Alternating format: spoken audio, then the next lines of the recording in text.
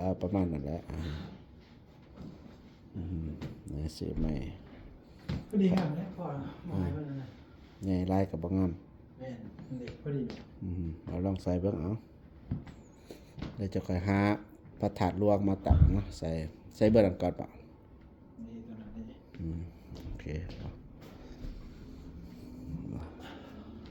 ต้องไปซื้อตังแล้วบ่แล้วซื้อพรมอีกงามประดับประดาหยองจัดเลยนะมันหาทำเงินในกระเป๋าก็ได้จัด